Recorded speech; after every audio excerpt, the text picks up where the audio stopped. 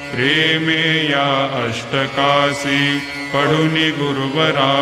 प्रार्थिजे ते प्रभाती त्यांचे चित्तासी देतो